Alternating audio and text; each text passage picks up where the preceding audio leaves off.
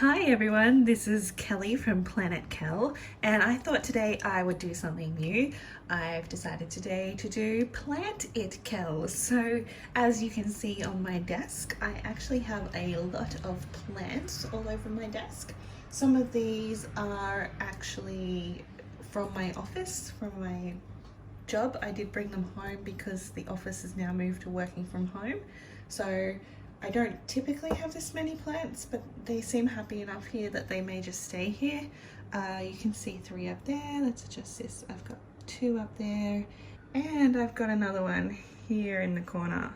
So I thought I'd just take you through my little planties because I know there's a lot of crazy plant ladies out there who might be interested to learn about my plants, and I have had a whole house full of plants. I've had a lot of learning and a lot of failing. Yes, that is a tequila in the corner.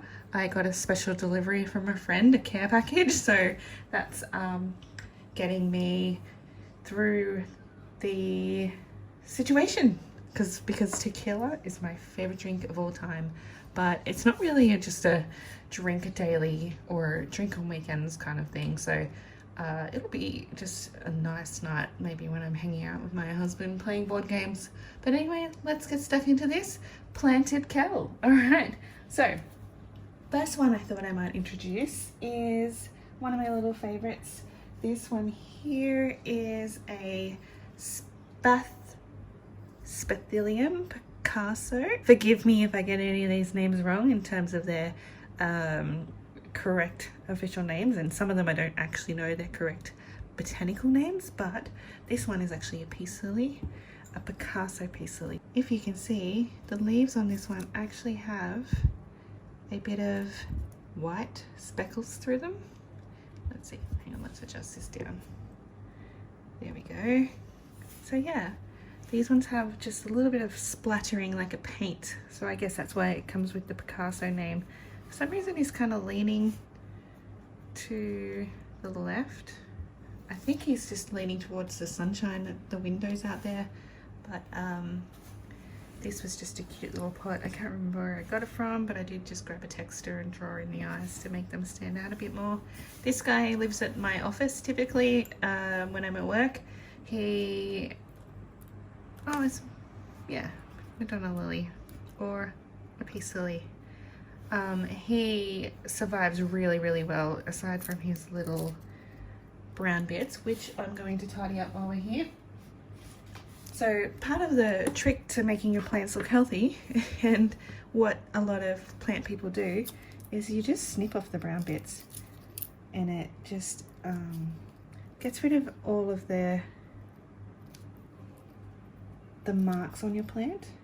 Now the brown on the ends is, I think, something to do with underwatering. They're just a bit dry. Could be wrong, could be overwatering. I always get that wrong. And yeah, the idea of just keeping your plants looking healthy is just to give them a trim, like a haircut. So that's my Spath Picasso, my Picasso peace lily. And yeah, like I said, he is pretty low maintenance. When he gets sad, he droops, his leaves will fall down, and then I give it a big drink and it just perks right up again. So the thing I love about peace lilies is that they're super low maintenance. You don't actually need to do too much with them. They'll tell you when they're sad, you give them a drink, they'll tell you when they're happy by perking up. So yeah, they're super low maintenance and easy to look after. So if you're not a plant person, or if you're a brown thumb, definitely try a peace lily, and you can definitely go with a whole different variety. So you've got the Picasso here.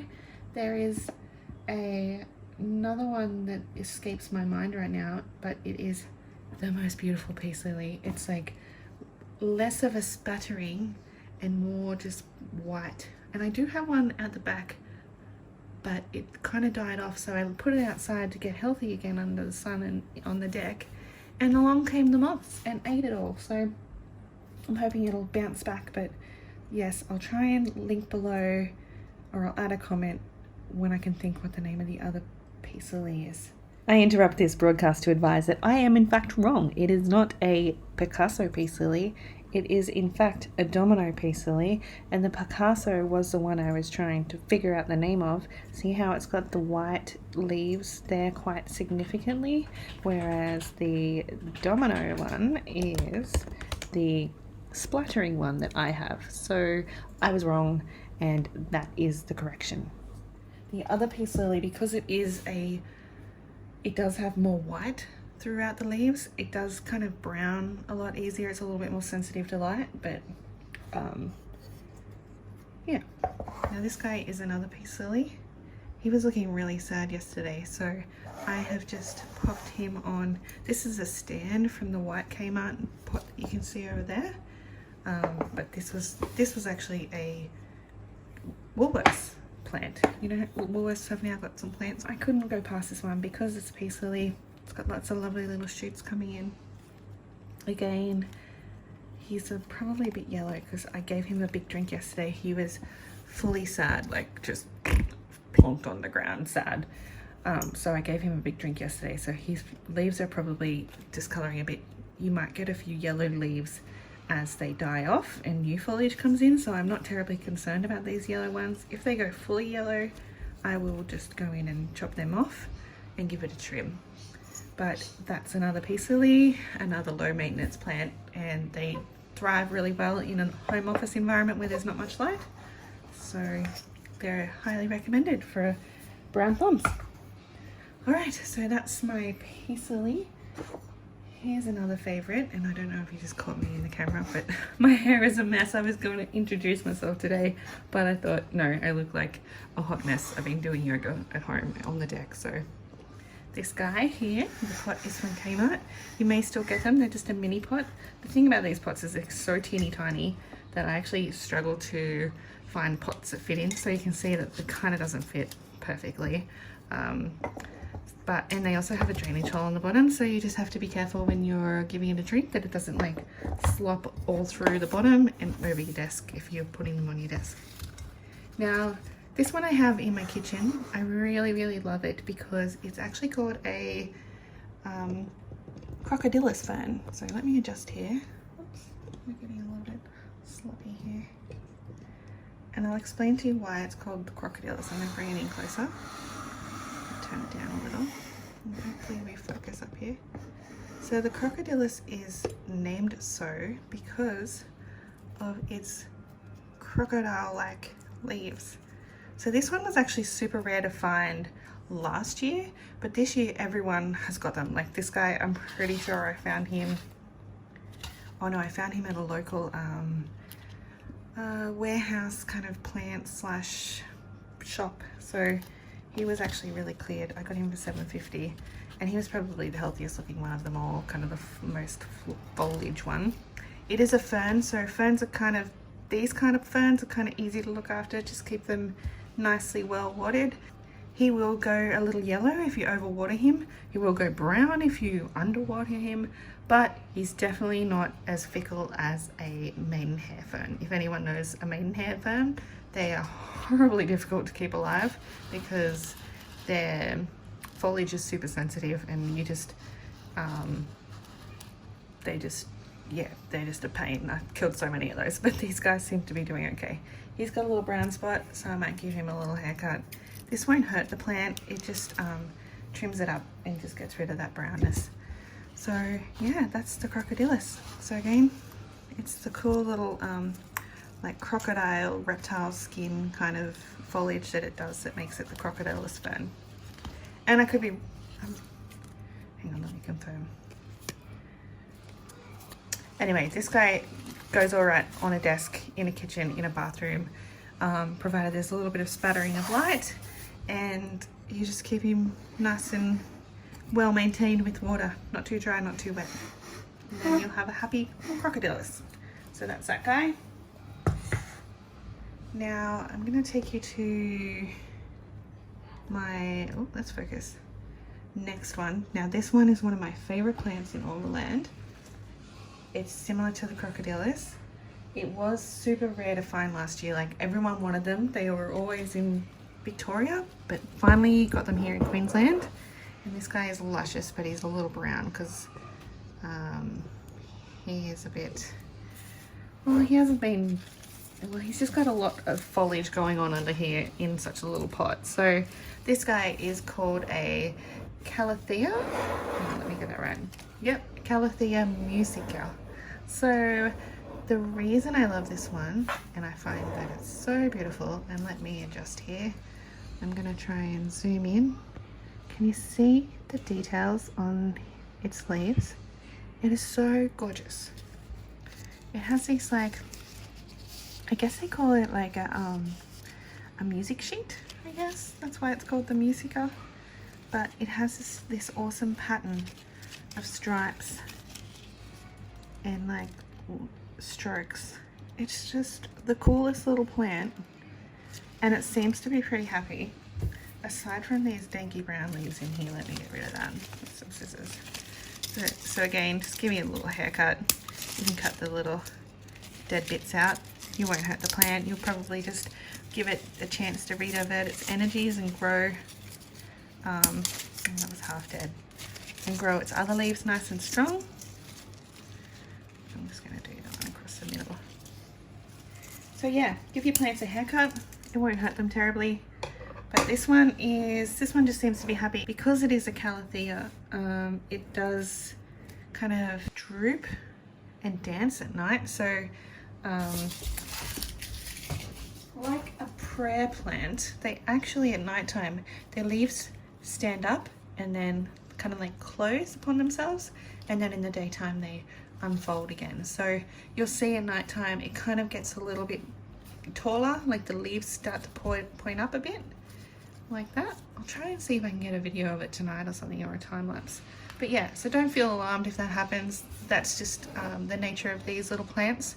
They just, some people call them a prayer plant. There is a specific plant that is a prayer plant. I think it is a, nope, that leaves my mind again. There is a specific prayer plant, but yeah, a Calathea will do the same thing.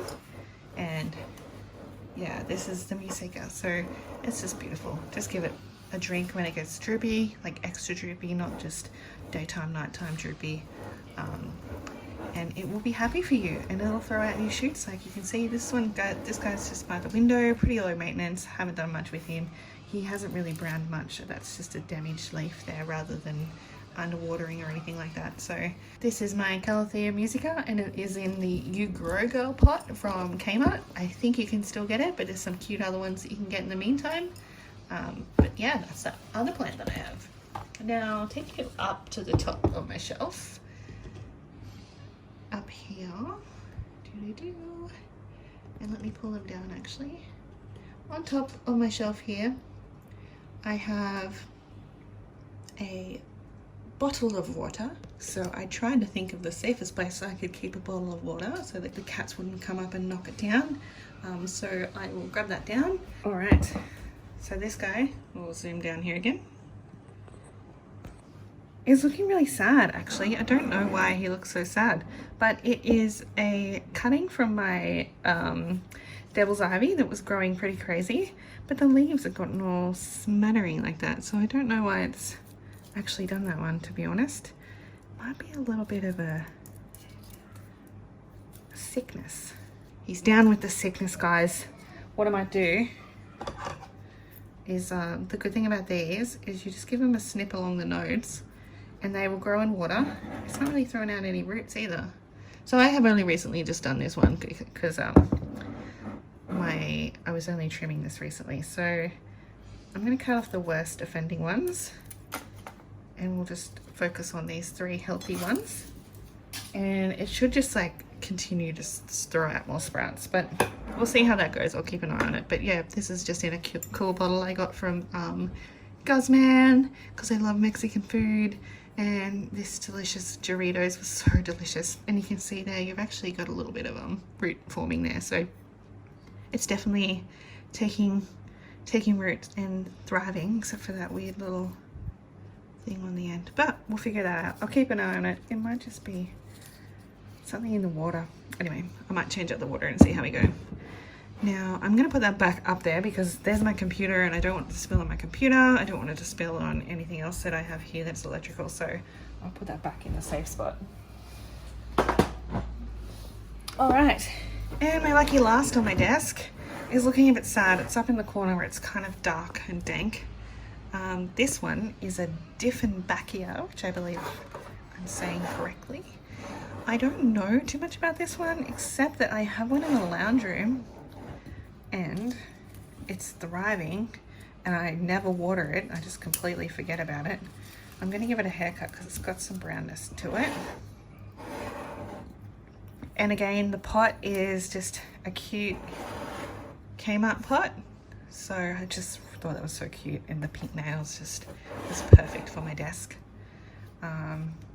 So in terms of this one, it seems to be doing okay. Like it's not living its best life in the corner there, but it's not fully dying.